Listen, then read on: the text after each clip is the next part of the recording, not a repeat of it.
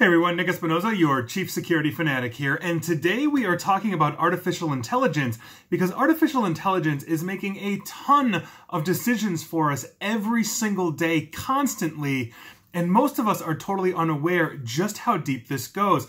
Now, here's what's going on. This is from a very interesting article on a website I recently discovered that has a whole bunch of interesting articles on it called Singularity Hub, and this is pretty cool. Now, if you are not aware, an algorithm is basically a set of instructions to solve a problem or complete a task are now basically driving everything from browser search results we get to better medical care. They're also doing things like helping design buildings, they're speeding up trading on financial markets, they're calculating the most efficient routes for delivery drivers, and on and on and on. But in business, where we're going to focus here a little bit, they're actually helping shape and dictate what our workforces and our employment looks like. Now, here's what's going on.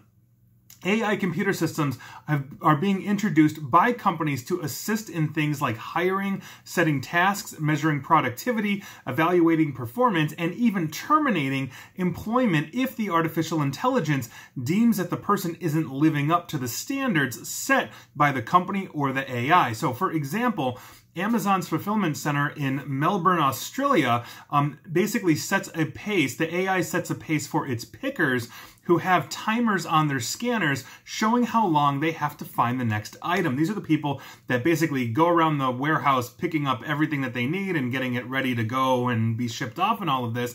As soon as a picker scans an item, the timer then resets for the next one, and this is all at a not quite walking, not quite running speed that basically makes sure that the picker is keeping their productivity at a specific level. There is actually a term for this kind of AI, and that is called algorithmic management. But there are concerns about this, obviously. It carries just a lot of different risks in terms of depersonalizing management systems and also entrenching pre-existing biases in artificial intelligence. One of my TEDx talks actually talked about inherent biases in AI, and I think this is a very serious issue that we are looking at specifically in this case here on the workforce. Think about this. More than 700 companies have trialed an artificial intelligence to determine an applicant's success in a job interview. HireVue, which is a US developer, says that their software speeds up the hiring process by 90% by having the applicants answer identical questions and then scoring them on things like language, tone, and facial expression. The thing is, studies have shown that human assessments during job interviews at this point are very flawed. Algorithms can also be biased, as I just mentioned, and the classic example of that is an algorithm or an AI called COMPAS, C-O-M-P-A-S. This was software that was used by judges, like federal and legal judges in the United States, probation officers, parole officers, and all of that, to rate a person's risk of re-offending. And I actually think I did a video on this one about a year or two ago. In 2016, a ProPublica investigation showed that the algorithm was heavily discriminatory, incorrectly classifying black subjects as a higher risk 45% of the time, compared for 23% classified as a higher risk of white subjects. That is obviously an inherent bias in the artificial intelligence. And the one I talked about in my TEDx talk was on facial recognition. If it is being, let's say, developed specifically by a subset of people, like, let's say, all white males or black females or whatever that is, biases tend to creep in because as the AI learns, it's learning, at least on facial recognition, on the faces that it sees, and those might be 100% white faces if the team is 100% white developers. You know, that's what it is. We're not saying here that these white people are racists or whatever it is. It's just how the AI learns. It doesn't understand that concept of discrimination. The gig economy, if we're thinking about this too, is also driven probably more than any other vertical here by artificial intelligence. Uber, Lyft, Deliveroo, for example, or Deliveroo, excuse me, and other platforms literally could not exist without algorithms doing things like allocating, monitoring, and evaluating, as well as rewarding work. So, for example, over the past year, Uber Eats bicycle couriers and drivers have been blaming unexplained changes to their algorithm for doing things like slashing their jobs and cutting income, and that is a very serious issue. But what is the deeper level here? What is the core of this issue? And it seems that the deeper level here is probably algorithmic management basically entrenches a power imbalance between management and the worker. Algorithms are closely guarded secrets. We don't know, essentially, the secret sauce, what goes into them, how they are programmed.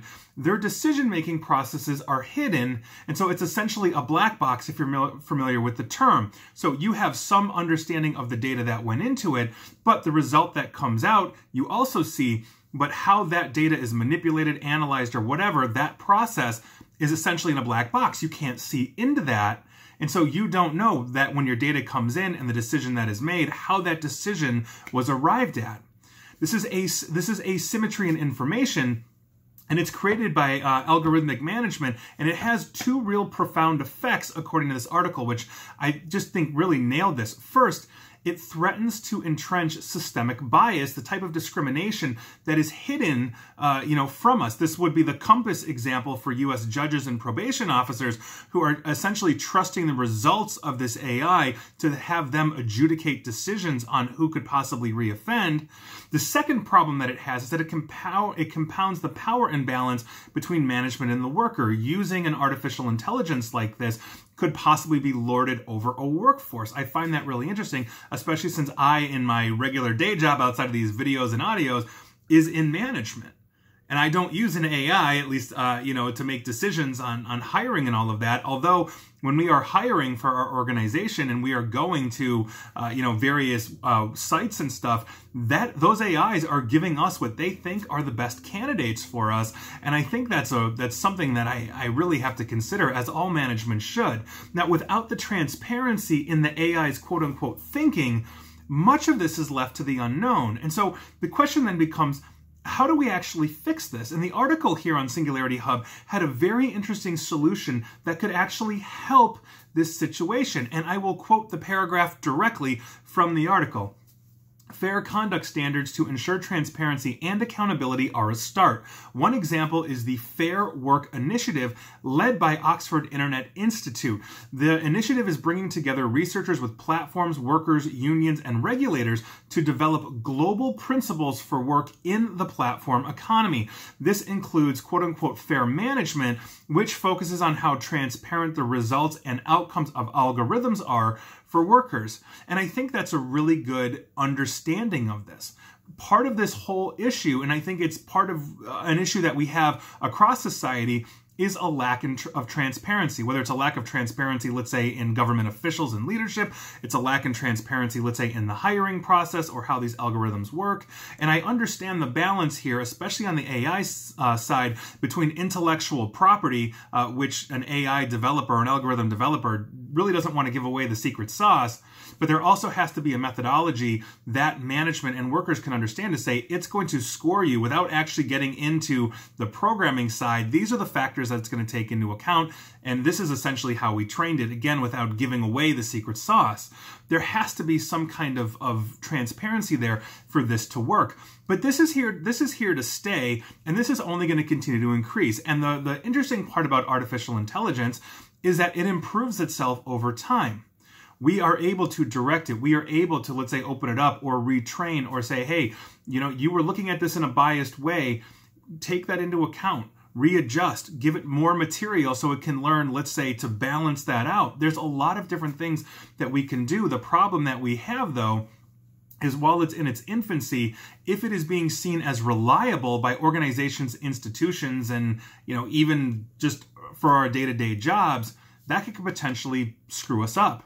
We've all seen situations like this where, the AI just goes off the rails. I can pop in Google Maps and say, hey, drive me from Chicago to New York, and it might take me to the Pacific and around the globe and back. Apple Maps, for example, when it launched, was notorious for this. A 2-mile trip would be 17 hours through Canada, to get right back here to Chicago. It was just a fascinating look at how an AI can malfunction. That's a very obvious example. But when it's subtly built into an application or a platform that is literally saying you're going to make this much money or less because we classify you there when truthfully you might be worth significantly more, that's a problem. Or it might terminate you for let's say, doing your job, but maybe you are not fitting into its guidelines in some way, shape, or form because you are innovating.